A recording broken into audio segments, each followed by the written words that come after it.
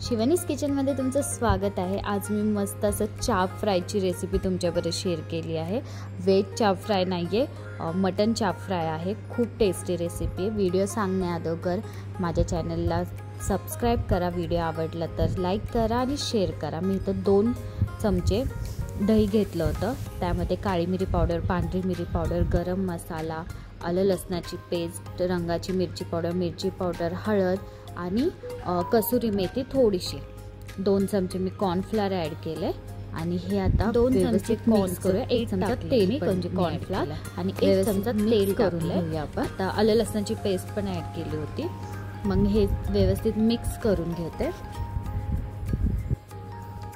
मी इथं मटनच्या शॉपमधनं ऑलरेडी चाप घेऊन आले होते। तुम्ही त्यांना सांगितलं तर ते फक्त चाप तुम्हाला देतात। ते मी हळद, मीठ आणि आलं लसणाची फोडणी देऊन शिजवली होती चाप। थोडी कमी हळद टाकली होती कारण आपण मसाल्यात मिक्स केलं तर ते मटन आपल्याला म्हणजे पिवळं नाही दिसायला पाहिजे, म्हणजे हळदीचा रंग त्यात उतरतो, तर मी थोडी कमी टाकली होती। ह्यात पण आपण मसाल्यात कमी मीठ वापरायचं आहे कारण की ऑलरेडी आपण चाप शिजवताना मीठ ॲड करतो, त्यामुळं। आता बघा मी एक एक करून चाप टाकते। चाप आपल्याला अलगद हाताने टाकायचं आहे कारण ते तुटलं नाही पाहिजे, कारण ते ऑलरेडी शिजलेलं असतं। थोडीशी कोथिंबीर टाकली आणि आता मी पूर्ण चाप व्यवस्थित मिक्स करून घेते। 10 ते 15 मिनटं मॅरिनेट करून ठेवलं होतं मी चाप व्यवस्थित आणि मस्त असं बघा मसाला त्याला लागलेला आहे। आता एका पॅनमध्ये तेल घेते। तेल गरम झालं की एक एक करून चाप आपण पॅनमध्ये ठेवूया आणि एकत्र खूप जास्त चाप नाही टाकायचे कारण खूप जास्त अडचणी केलं तर ते चाप व्यवस्थित फ्राय नाही होत। तर मी इथं मोजून 6 किंवा 7 चाप ठेवले होते। त्याला आता दोन्ही साईडनी व्यवस्थित फ्राय करून घेणार आहे, म्हणजे आपल्याला मस्त असा आपला ब्राऊन रंग तोपर्यंत म्हणजे फ्राय करून घ्यायचे दोन्ही साईडनी। तर मी इथं दोन्ही साईडनी फ्राय करते। थोडेसे चटके लागत होते म्हणून मी नंतरनं ते चमच्यानेच पलटी मारले चाप। आणि आपल्याला पूर्ण प्रोसेस ही आपली बारीक गॅसवरच करायची आहे,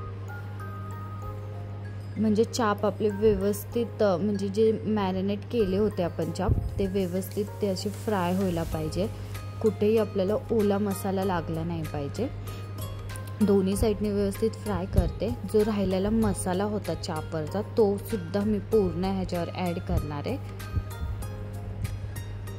वेस्ट आपल्याला काहीच करायचं नाही आहे। हा मसाला जितका तुम्ही चापवर लावणार तितक्या तुमचे चाप एकदम छान लागतील। आता व्यवस्थित मसाला लावलेले चाप मी तसेच पलटी करणार आहे कारण की आता मसाला लावला त्यामुळे आपल्याला एक एक चाप पलटी करता नाही आहे ना, त्यामुळे मी असाच पॅन घेऊन त्याला व्यवस्थित पलटी करणार आहे। जर तुम्हाला असं पलटी करता नाही आलं तर तुम्ही एक एक पण करून त्याला पलटी करू शकता। व्यवस्थित पूर्ण चाप माझे व्यवस्थित पलटी झाल्यात एकाच ह्याच्यात। तर आता ही दुसरी साईड पण मी व्यवस्थित आता फ्राय करून घेणार आहे।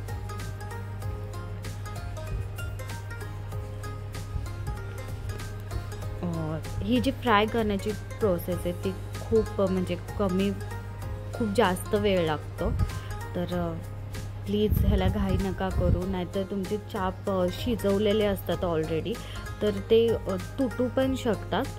त्यामुळं घाई नाही करायची, आपल्याला एकदम अद्दर हातानेच त्याला पलटी करायचं आहे, ते तुटलं नाही पाहिजे। आणि मग ते नंतर सर्व करताना दिसताना पण खूप छान दिसतात। बघा दुसरी साईड पण मी व्यवस्थित फ्राय करून घेतली आहे।